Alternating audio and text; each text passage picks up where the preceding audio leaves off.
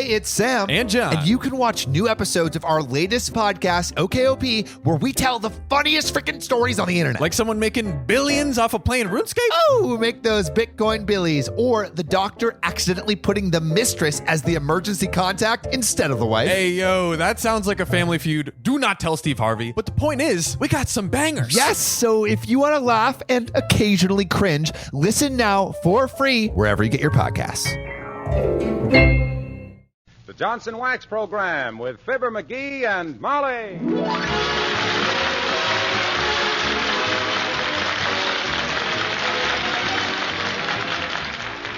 The makers of Johnson's Wax products for home and industry present Fibber, McGee, and Molly with Bill Thompson, Gail Gordon, Arthur Q. Bryan, B. Benaderet, and me, Harlow Wilcox.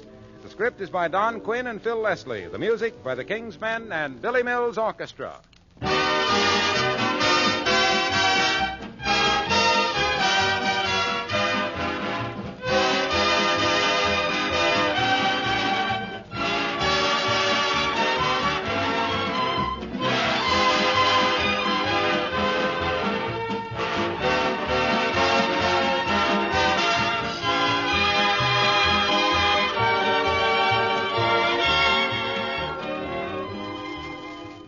Now that the weather's warmer, naturally your doors and windows are apt to be open while you work in the kitchen. That brings up a little cleaning problem because dirt and dampness do come in to soil your kitchen linoleum. Of course, it isn't a problem if you have Johnson's Glow Coat on your floors. You just whisk away the dirt and moisture with a cloth, and right away your linoleum comes up smiling. That's one of the many nice things about Johnson's Glow Coat. It not only gives linoleum a beautiful polish and makes the colors bright and fresh, it also forms a tough protective wax film that wards off dirt and spilled things. Naturally, this wax protection makes linoleum last longer, too. Johnson's Glow Coat is wonderfully easy to use. There's no rubbing or buffing. You simply apply and let dry. That's all there is to it. Glow Coat shines as it dries, never streaks. In only 20 minutes, your linoleum and other floors are shining beautifully and ready to use. Try it, won't you? Ask for Johnson's self-polishing Glow Coat.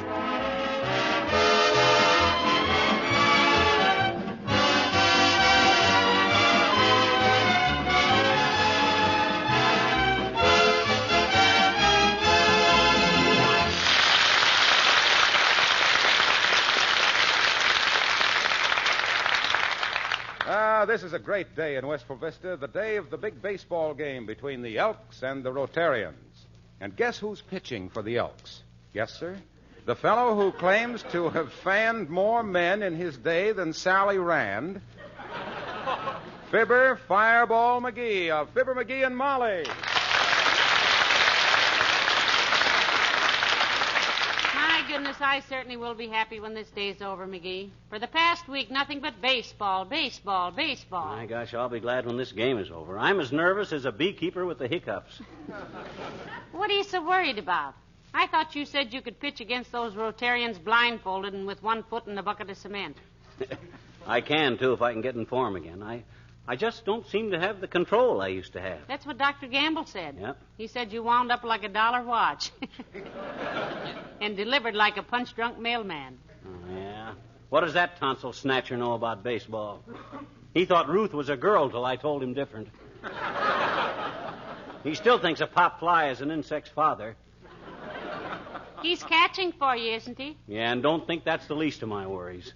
The only way he can work behind a plate is to put meat and potatoes on it. Well, I don't know what you're nervous about. After all, you did used to play a little professional baseball, didn't you? A little professional baseball? My dear girl, I was the sensation of the 3I League for many a year. Oh?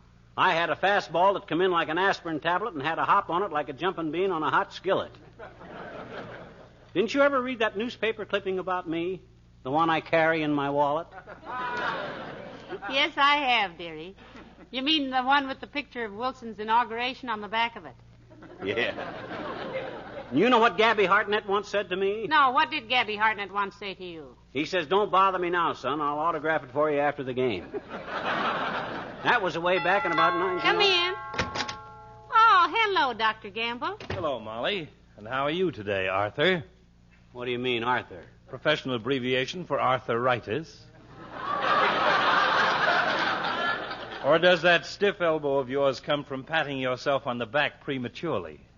Don't you worry about my stiff elbows, you muscle-bound sulfa huckster. You just wear 2 pairs of shin guards today, that's all. I got a fastball that would break the leg of an elephant, even an elephant your size. If you think I'm strong enough to take it, Doctor, just what are the Elks' chances of winning the game today? Frankly, Molly, unless the poor man's Bob Feller here, the dizziest dean of them all, develops a little better control, we haven't got the chance of a brewery horse in the Preakness. What do you expect, doggone it? My gosh, I haven't had a baseball in my hands for 20 years till this week. That's quite obvious, Gas Jet. You've been throwing that apple like a nervous newlywed tossing her corsage to a bridesmaid. Cut out that kind of talk in front of my wife, Gamble. Why, that's all right, dearie. Huh? A corsage is a bouquet. Huh? It is? I thought... Oh, excuse me. It's all right. Incidentally, Doctor, how about you? Are you in shape for the game? For your private information, my dear, I'll have to lie down for 3 innings after I struggle into my chest protector. When a man of my age and weight takes up baseball, he's begging for the kind of trouble for which I charge $10 a visit.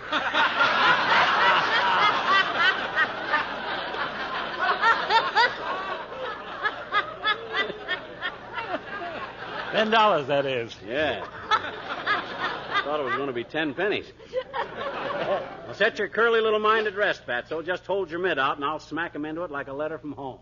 Pardon me for pointing, gentlemen, but aren't you wasting a lot of good breathing with all this yattata? Why don't you go out in the driveway and do some more practicing? That's a good idea, Molly. Come on, Doc. I'll fling him softly so it won't blister your little fat hands. Just make it easy on yourself, Shad Rowe. I've got my catcher's mitt right here. You coming, Molly? No, thank you, Doctor. I'll just watch you out the window. I sat on the front steps yesterday and lost $7 worth of bobby pins ducking wild pitches. Come on, Doc. Our last chance to practice. Okay. Stand over there with your back to the garage door, Doc. Right. That's it. Now then, you ready? I don't have to get ready to catch one of your pitches, knucklehead. I could write a letter to my mother while I was coming in. Oh, yeah? Well, try this on your thumbnail, windbag.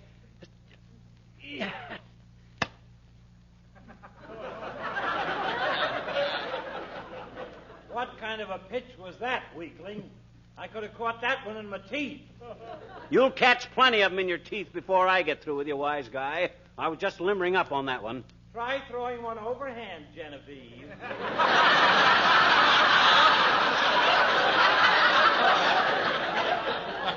Who do you think we're playing for, Wellesley? Okay, smart guy, you asked for it. Now I'm going to give you my old fireball. Brace yourself. Hey! Oh, my gosh, we broke one of McGee's windows, Doc. Let's get out of here. This way, McGee, around the back and through the alley. Yeah. Come on. Anybody coming after us, Doc? I don't see anybody. Let go of my coattail. Well, keep running. If McGee ever catches us, we're going to... Hey, wait a minute. Huh?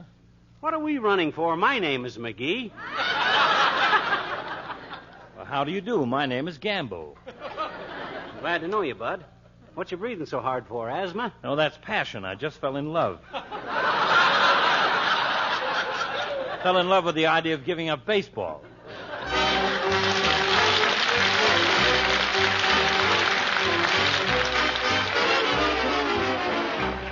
Billy Mills in the orchestra, and coax me a little bit.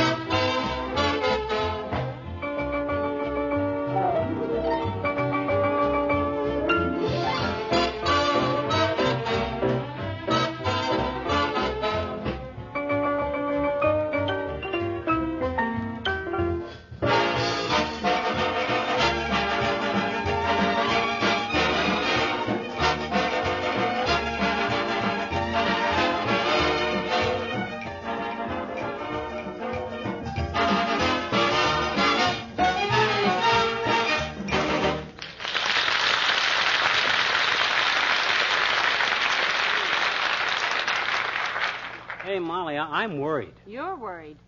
Did you see Dr. Gamble's face when he left? Huh? He said the only way you were going to get the ball over the plate this afternoon was to put it in the wheelbarrow. My gosh, I don't seem to have any control at all. If I lose this game... Hey, what does the paper say? Well, I was just reading it, dearie. It says, pitcher's duel expected as Elks play Rotarians today. Duel is right. It'll be butcher's knives at 2 paces if anything goes wrong. I'll be gored by every elk in town. What else does the paper say? Well, it says, Fibber McGee, one of the great speedball artists of his day. Gee, does it really say that? Yes, it does. Read that part again. I like that. Fibber McGee, one of the great speedball artists of his day. I think that was very kind of them, McGee. What was? They didn't say what day. Fibber McGee, one of the great speedball artists of his day. That's darn good reporting, you know it. I remember when Paul Wainer was voted the most valuable player in the National League in 1930. Pardon me, dearie. No. Paul Wainer got that vote in 1927. There was no award in 1930. Huh? Oh, yeah, that's right. Anyway, the longest game ever played in the National League between Brooklyn and Chicago was... Excuse me. Huh? The longest game played in the National League was between Brooklyn and Boston. Oh. On September 1st, 1906. And was called on account of darkness after 26 innings. Pardon me for interrupting. My goodness, who am I to be telling you about baseball? Well, don't feel bad about it. Women ain't expected to know very much about the game. Come in. Oh, hello there, Mrs. Carstairs. So nice to see you. How do you do, my dear? Good day, Mr. McGee. Hi, Carsty. You going out to the ball game this afternoon? I'm pitching for the Elks against the Rotarians, you know. I know you are, Mr. McGee. And I must say that my husband was almost delirious with joy when he heard about it. Oh, is he a baseball fan, Millicent? No, a Rotarian. Oh, he thinks I'm going to lose, eh? That's a laugh. Them Rotarians ain't got anybody on that team that don't think a squeeze play is an accordion solo. Oh, I don't know about that, McGee. There's some pretty smart businessmen in the Rotary Club. That cuts no shortcake, Tootsie. The biggest tycoon in the world will look pretty small slinking back to the bench after I strike him out. Do you expect to pitch the entire 9 outings, Mr. McGee? The word is innings, Mrs. Carstairs. Oh, really? My husband says it'll merely be an outing for the Rotarians. Well, it's differences of opinion that make horse racing, baseball, and loose teeth, I always say. You can tell that running mate of yours, Carsty, that the Elks will not only beat the Rotarians, but we'll beat them so bad that from now on their insignia will be a flat wheel. I'll be only too happy to tell him, Mr. McGee, if I can get him to stop laughing long enough. What seems to be amusing him so much, Millicent? Well, he and a friend walked past here a short time ago and saw Mr. McGee pitching to Dr. Gamble. He came home practically in hysterics. Oh, he did he? Yes. It seems his friend wanted to know which of you was Olson and which was Johnson. Maybe you didn't know, Millicent, but himself here used to play professional baseball. You betcha. Wasn't it the Cubs that sent the scout after me that time, Molly? No, dearie. It was the scouts that sent a cub after you. When you were about 9. Oh, yeah. Anyway, Carsty, I played sandlot baseball ever since I was a kid. Oh, you must have, Mr. McGee. The papers said you were one of the grittiest players they'd ever seen. Well, all I can say is may the best team win. And, of course, we shall. Good day.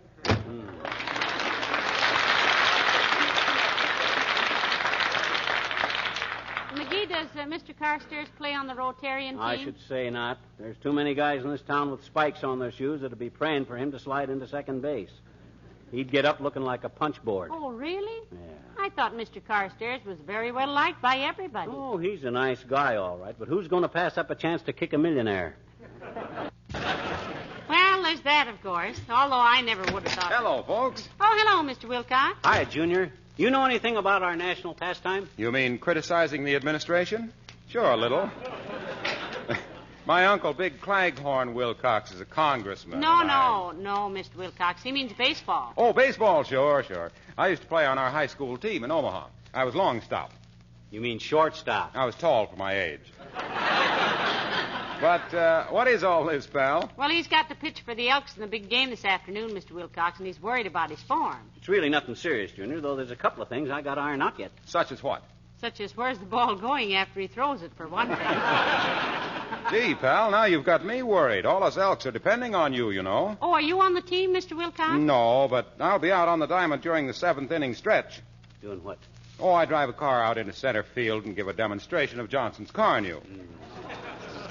Gee, in front of 8,000 or 10,000 people. I hope I give a good performance. Oh, I'll bet you will, Mr. Wilcox. Say, listen, why don't you borrow one of the Johnson Company's big vans and drive it in backwards? That ought to get attention. Why would it? Everybody would think of Van Johnson. Or would they? No, I want to show people how to beautify their own cars and how easy it is with Johnson's Car New. How they can give their pre-war cars that post-war look. I'll show them how simple it is to apply Car New, let it dry, and wipe it off with a soft cloth. Cleaned and polished in one swell swoop. Yes. Well, then, as the game is called again, I unfurl a big banner. You see, a big banner, and then I drive off the field. What does it say on the banner, Waxy? Inquired little Fibber, fearing the worst. Oh, the banner. It says, play ball with your automobile. Get some Car New right off the bat and see what a hit it makes when you get home. How do you like it, pal? No. Well, I don't like it so well, but I haven't got time to rewrite it, Junior. I got to get this arm limbered up. Just tell the Elks not to worry, Mr. Wilcox. Himself is just like a criminal lawyer. He always comes through in a pinch. You got to go now, Junior? You haven't got time to play a little catch with me? I'm sorry, pal. I've got to get down to the sign painters and pick up that banner. I want to be sure they spell Car New C-A-R-N-U. But look, stop worrying about your form. You think it'll be all right? So what if your form isn't perfect? Wear a girdle. Nobody'll know. Good luck with it, boy.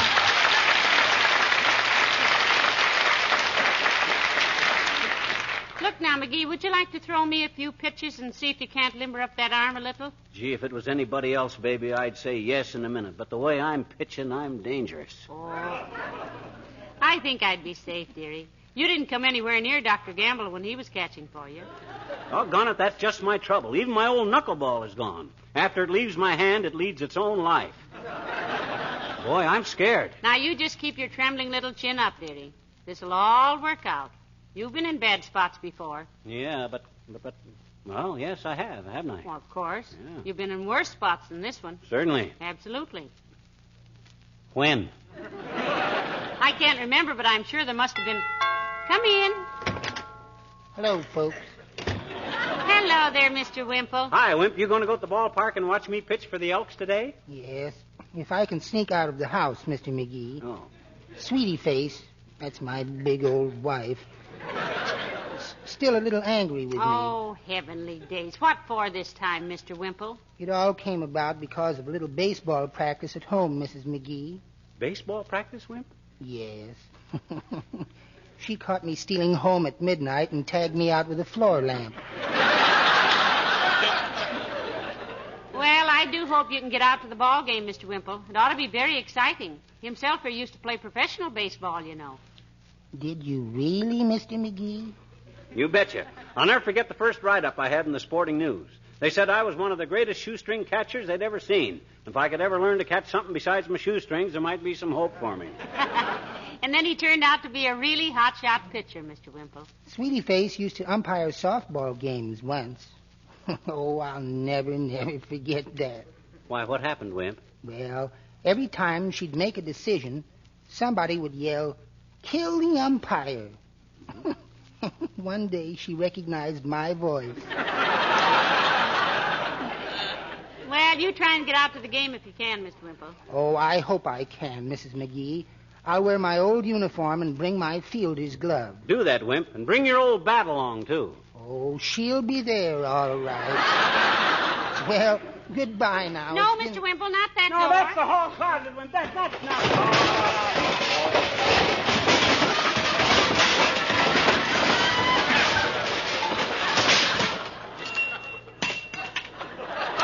I'll straighten out that closet one of these days.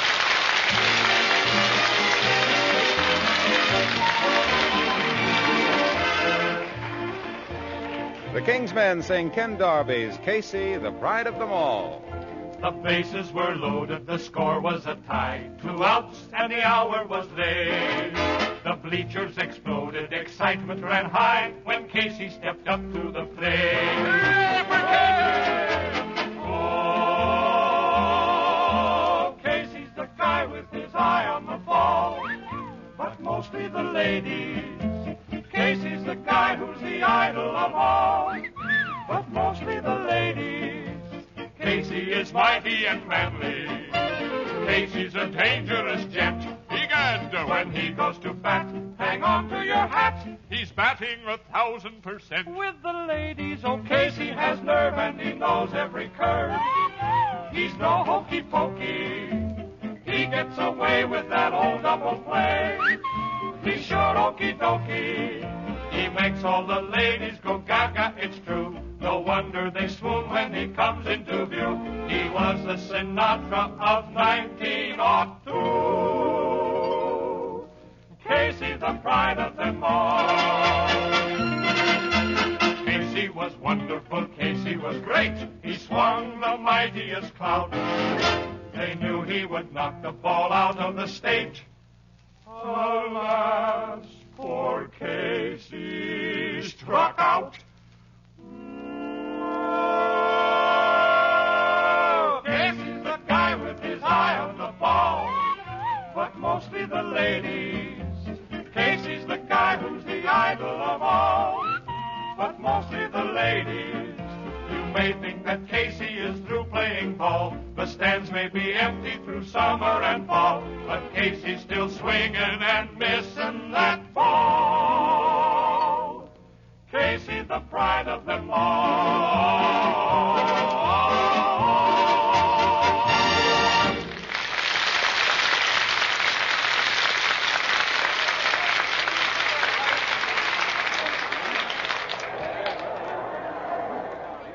My gosh, Molly, look at that crowd.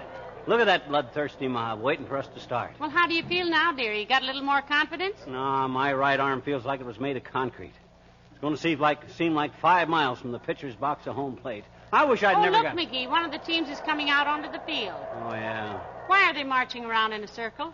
That's the Rotary Club. Look at them. Look at them. There ain't a one of them weighs under 200. They'll murder me. They'll have me running... Oh, hi, Latrivia. Hello, McGee. Hello, Molly. Hello, Mr. Mayor. Are you playing today? No, they've asked me to umpire the game. Well, let's shake hands then, Latriv. Looks like the end of a beautiful friendship. If they made you the umpire, Mr. Mayor, you must know quite a lot about baseball. Yes, I almost made a career of it, Mrs. McGee. In fact, as a boy of 16, I struck out from home. Where else would you strike out from? How was that? You said you struck out from home. You would hardly strike out from first base, would you? Well, in this case, Mrs. McGee, striking out from home is a term that means... We're familiar with the terms, Latrivia. And you don't say struck out from home, you just say I struck out. When I said I struck out from home, McGee, I didn't mean I struck at a ball. Well, what else would you strike at? Not the umpire, I hope. Please. I said nothing about striking Anybody that would deliberately strike at an umpire, Latrivia... I did not strike at the umpire. There wasn't any umpire. Huh? What? No umpire? What kind of a bush league were you playing in anyway, Mr. Mayor? I was not bushing in any ball play. I mean playing in any league bush, a game play. I said that this was merely a... When I said I struck home from out from last, third... Who was on first? You said I was on first. It was just that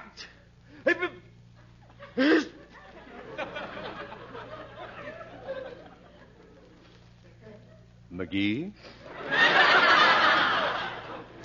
Yes?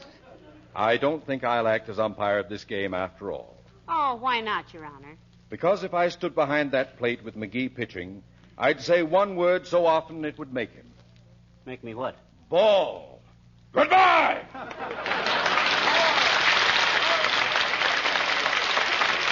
Well, I guess I better be getting out on the field, kiddo. Wish me luck. Oh, I do, dearie. I certainly do. You'll be all right now. What time is it? Almost 1:30. My gosh, I better get going. I'll see you after the game, Molly. If not sooner, sweetheart. Your attention, please, ladies and gentlemen. Here are the batteries for today. On the mound for the Rotary Club, fadeaway Andy White. For the Elks Club, Fibber, Fireball McGee. Catching for the Rotarians.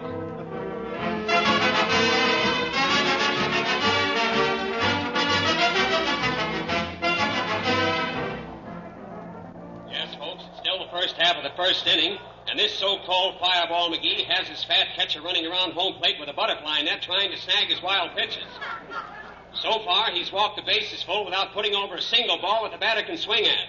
Looks like, wait a minute, something unusual is going on out there. A woman is running out to the mound.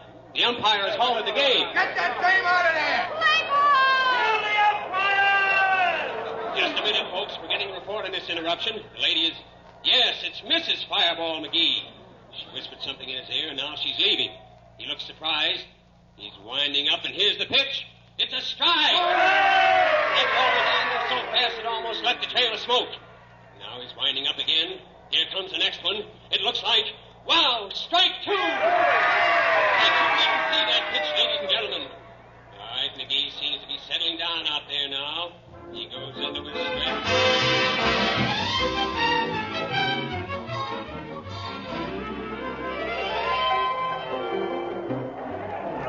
Hold up, Fireball! Mow him down! Hook it in there, McGee! Strike him out, McGee! Yoo-hoo! Burn it in there, dearie! Telephone! Fans and gentlemen. Ladies and gentlemen, this McGee is a powerhouse on the mound. It's the ninth inning, 2 away. And here's the pitch. Strike three, swinging. And that does it. Fireball McGee and his Elks Club team win by a score. Yoo-hoo, McGee. Let me through, please. Let me through. I'm the man that just won this ball game single-handed's wife. McGee? Hey, Mr. McGee. I'm the sports editor of the Gazette. Say, that was a great exhibition. Oh, shucks, it was nothing that any red-blooded American boy wouldn't have done if his wife told him what my wife did. Here, let the lady through. Right here, Miss McGee. Oh, McGee, that was wonderful. Well, Nat. And now, if it isn't too personal, Mr. McGee, just what did your wife whisper in your ear when you were pitching so wild in the first inning? Huh, nothing personal at all, Bud. She just reminded me that I always used to pitch left-handed.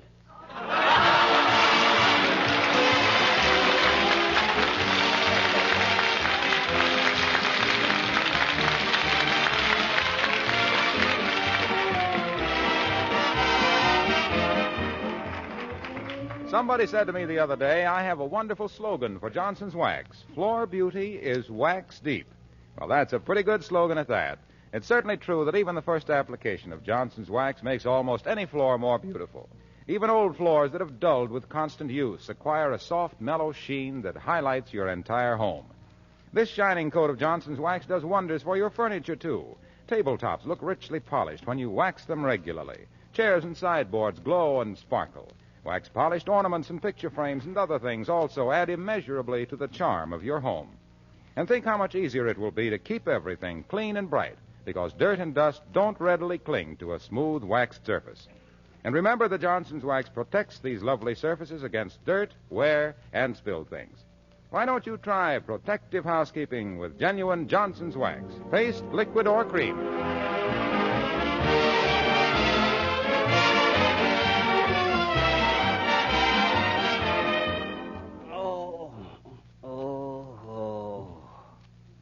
More liniment, Lefty? Yeah, thanks. Boy, oh boy, oh boy. My arm went with that last pitch. Was it ever sore? Right after the game, it tightened up so I could hardly lift it. Oh, it was worth it, McGee. I was very proud of you. Yeah, but how come you didn't notice I was throwing wrong earlier? I did. Well, why didn't you tell me then? What? And ruin that good left wing before you ever got to the diamond? What kind of a trainer do you think I am? Oh. Good night. Good night, all.